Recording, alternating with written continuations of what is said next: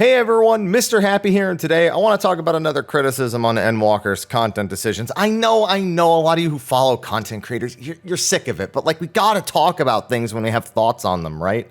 Anyway, recently there was a slew of 6.4 interviews released by Japanese media sites. For the most part, they talk about things like the severity of the story, the direction things are going, kind of just like little teases towards things, and maybe say, hey, we're going to talk about this thing in the next live letter. There's nothing really major, which is why I didn't make a standalone video, but there's one statement that many longtime players are kind of unsure about with the remaining time that we have with Endwalker. So on screen, we have this statement, an unofficial translation from the Dengeki interview in particular. This means that Square didn't necessarily say this, sanction this. It could be a slightly off mistranslation. There's probably other translations out there. I'm covering my bases here, okay?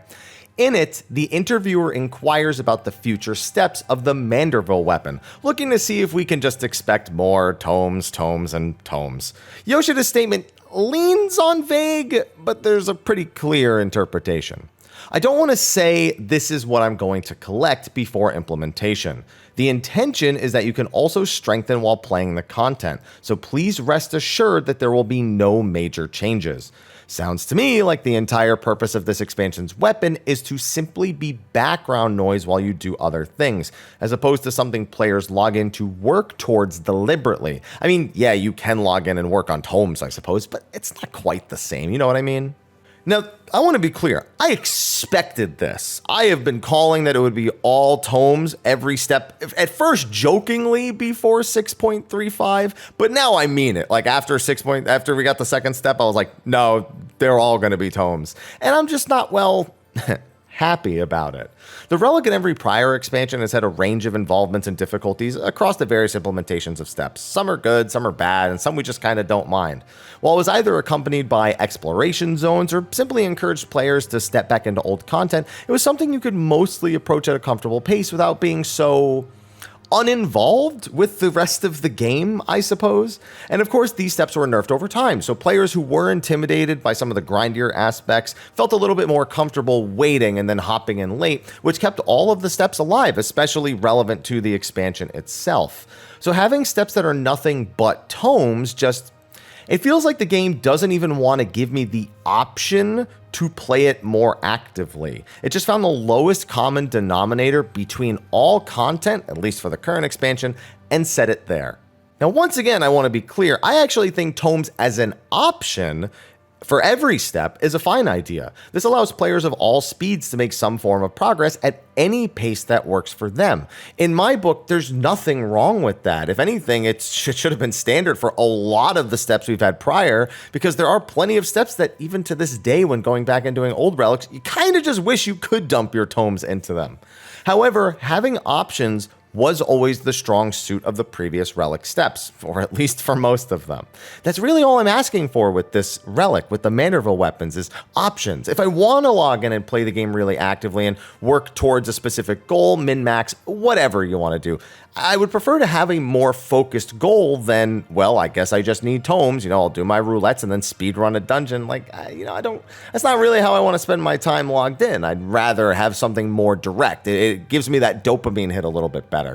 Like if I could farm trials or light farm, heck, I hate to say this, even fate grind, just anything at all, I would personally feel encouraged to log into the game, even if it's just for another hour or two on any given day, and work on these things piecemeal. Throw a party together with the people I usually play with, socialize a little bit, have a bit of fun, instead of just kind of knocking out a few basic things and then logging off. And honestly, once you've got me on Final Fantasy XIV for a couple of hours with a few different goals in mind, I'm very likely to try out some other things like, oh, you know what, maybe I should do my roulettes. I'm logged in, I'm working on this, and I still need the tomes for this other portion, or I can save the tomes and use them on this step, or I could even just speed up this step, just get that one more item and just shake the options. I just don't see the harm in this, and I don't see why this wasn't a consideration. So that's really all I'm saying. Again, just options. And you know what?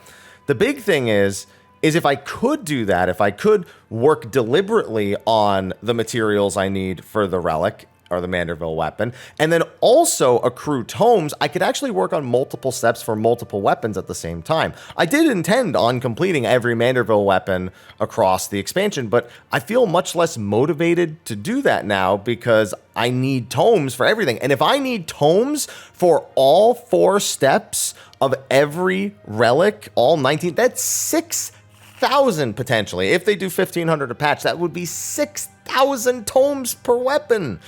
I ain't trying to do all that. I don't mind some tomes, but 6,000? You pretty much have to commit to like, you could like finish an entire weapon and then work on an entire other one. Or you could do like all the first step and all the second step and all the third step. It's just not an attractive option. I would prefer to be able to grind just as an alternative.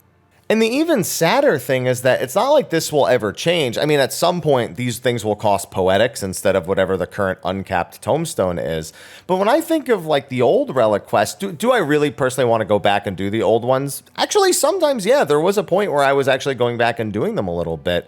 But these will never be something you guess, I quote, go back and do. You just like, oh, I have some tomes. I guess I'll just pick up the Manderville weapons I didn't pick up during Endwalker.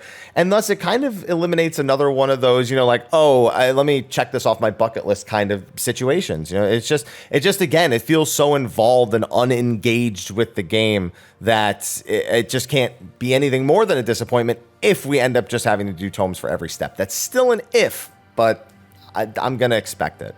And that's kind of been the vibe with Endwalker as a whole. I want to be clear, the things I have enjoyed in Endwalker, I have enjoyed them thoroughly. Even some of the more stressful stuff. DSR, like, yeah, do I give DSR some grief? Sure. Do a lot of people give Top some grief from that prog? Yeah, sure. Abyssos obviously had it. Like, everything's kind of had like ups and downs. I don't think there's been anything that's just been flat out, done right, perfect on execution, whether it be Island Sanctuary, Variant, Criterion, Savage, even normal. Like, everything's had like some sort of hiccup. It's been kind of the expansion of disasters, I suppose, whether it be the housing problems. There's so many things. But that being said, a lot of that wouldn't probably bother me and probably wouldn't bother other people as much if it didn't just feel like the game was trying to get me off of the game instead of allowing me to feel like I could engage with the game for a longer period of time. So not only are there those things, there are also the problems with the content longevity. And on top of that, the content feels like it's deliberately designed to be less time consuming, and there's longer between patches, which is why you are hearing people talking about and outright complaining about a lot of this stuff more, because we love the game and we want them to create content that makes us feel like we can log in and play with other people and work towards something. But we're all missing that a lot this expansion, and there's no reason to try to sugarcoat it. A lot of people like to call me a Final Fantasy XIV fanboy, and I am at the end of the day. But that doesn't mean you can't be real about something once in a while. And in reality, I think they need to really look at this and think about, how it looks and how it actually functions in the long term. Maybe they have numbers that prove that what I'm saying is actually completely irrelevant and the majority of people love it. Great. But at the end of the day, at least I had my voice. At least I said my piece. And you can agree or disagree. So go right ahead, as a matter of fact. If you have something to say, throw it in the comment section of the video below. Be sure to be civil about it. I know that's a fruitless endeavor, but at least I could ask. And also, while you're at it, be sure to like, favorite, subscribe, and share, because this is the end of the video. So I'm gonna leave now. So thanks for watching, and bye.